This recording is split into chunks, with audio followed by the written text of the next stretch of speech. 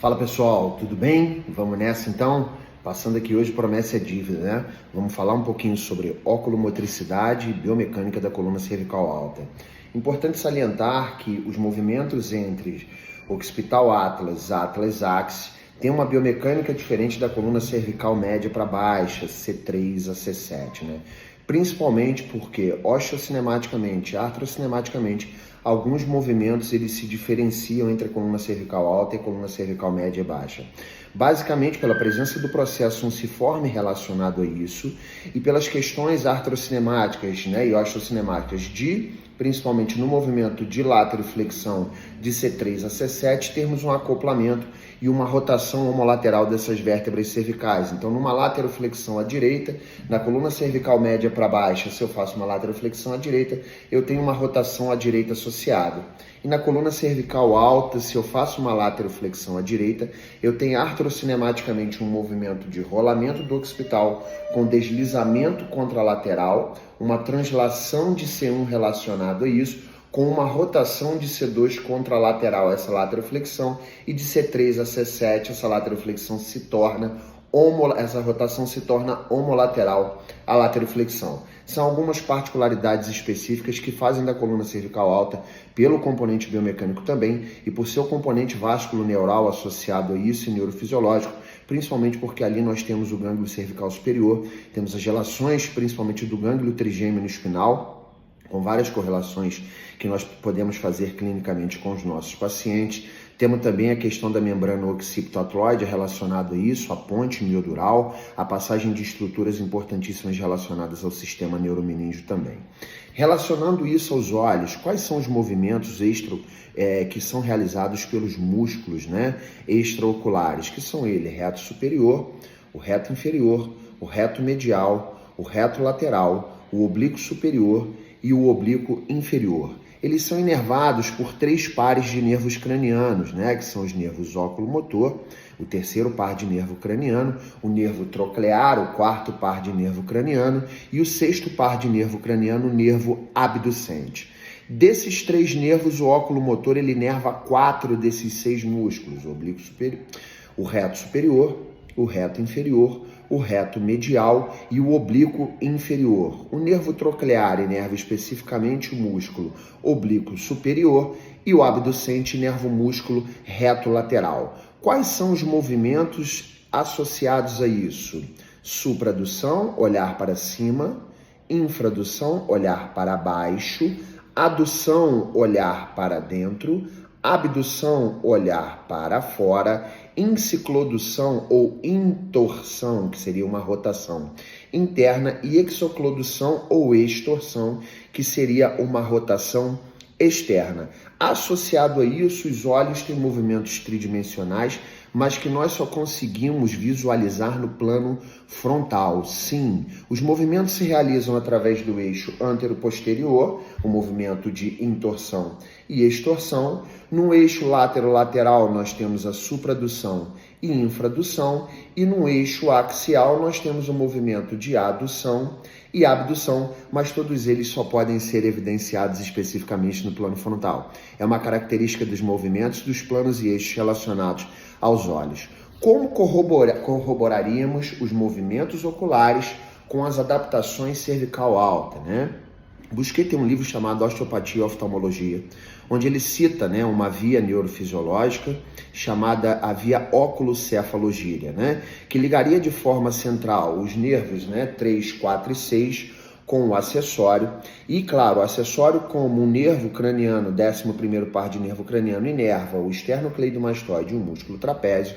Nós teríamos adaptações tanto macro, né, em relação à cervical e à cintura escapular, que podem estar relacionadas a pacientes que apresentem alterações oculomotoras, como adaptações micro em coluna cervical alta, porque esses movimentos muitas vezes vão se dar, claro, por adaptações micro e não tão macros, a se depender principalmente das alterações dos graus de convergências ou de paresias, né, relacionadas aos músculos extraoculares, por mais diversas disfunções que possam ocorrer no trajeto de alguns desses nervos cranianos, principalmente o nervo abducente, pela sua relação com o esfenoide, com a parte petrosa do osso temporal, e o trajeto também, claro, do nervo oculomotor, e por ser um oculomotor também, um nervo que participa do componente parasimpático, através do gânglio ciliar, né, onde ele faz especificamente o que? A constricção da pupila, né, o que chamamos de miose.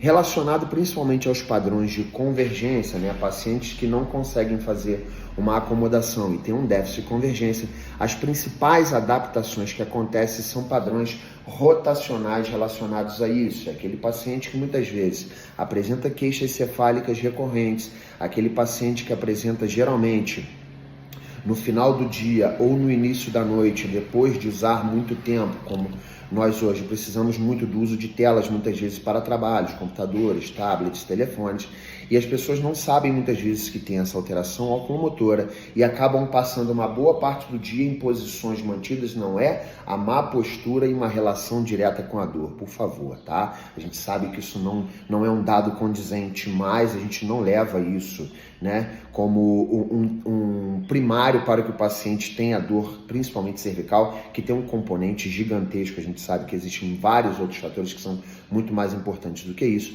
mas no contexto neurosensorial, tanto a questão do sistema estomatognático, mas principalmente a entrada neurosensorial ocular. Pacientes que apresentem distúrbios oculomotores apresentam também, muitas vezes, adaptações secundárias a isso, de coluna cervical e cintura escapular, por uma alteração primária dos olhos, né? Principalmente os movimentos de convergência, são pacientes que se adaptam principalmente com padrões rotacionais. Então, se eu tenho um déficit basicamente de convergência do meu olho esquerdo, né, a tendência vai ser de que, para acomodar esse meu olho e manter uma visão binocular sem ter muitas vezes associados a isso sensações de tontura, de instabilidade, né? Muitas vezes de não perceber, os pacientes muitas vezes relatam que eles vão escrever e parece que as letras pulam na frente deles, né? Eles se adaptam muitas vezes para manter essa acomodação, um padrão rotacional contralateral à hipoconvergência. Pacientes que apresentam tensionamentos na região da faixa de Tenon, né? Pacientes que apresentam algumas alterações, principalmente de intorsão e extorsão, geralmente adaptam a sua cabeça em lateroflexão. Isso é muito comum em fotos, né? Quando a gente vê pessoas que geralmente, para acomodar e manter o foco do olhar, adaptam muitas vezes a cabeça em lateroflexão ou mais em rotação, né? Quais seriam então as adaptações da coluna cervical alta? Se temos basicamente um déficit de convergência, o padrão rotacional da cervical alta ele se dá principalmente na relação convexo-convexo entre C1 e C2, onde basicamente de 38% a 45% da rotação cervical se dá primariamente em C1 e C2, e os outros, né, 55% a 60%, se dão entre C3 e C7, gradativamente associado a isso, né? Entre C0 e C1, o occipital Atlas, nós temos uma relação côncavo-convexo, onde temos basicamente movimentos, né, de extensão e flexão, um rolamento posterior com deslizamento anterior do occipital sobre Atlas, e flexão crânio-cervical, nós temos basicamente um rolamento anterior com um deslizamento posterior. Músculos que basicamente participam disso. Na extensão, os músculos suboccipitais, quando falamos de cervical alta, e quando falamos na flexão, basicamente o músculo reto anterior e o músculo longo da cabeça. Na lateroflexão, nós temos o que? Basicamente um rolamento homolateral com deslizamento contralateral da relação côncavo-convexo C0, C1, um deslizamento contralateral de C1 e temos uma rotação de C2 para o lado contrário à lateroflexão. Então ali nós temos uma lateroflexão para um lado com uma rotação para o outro.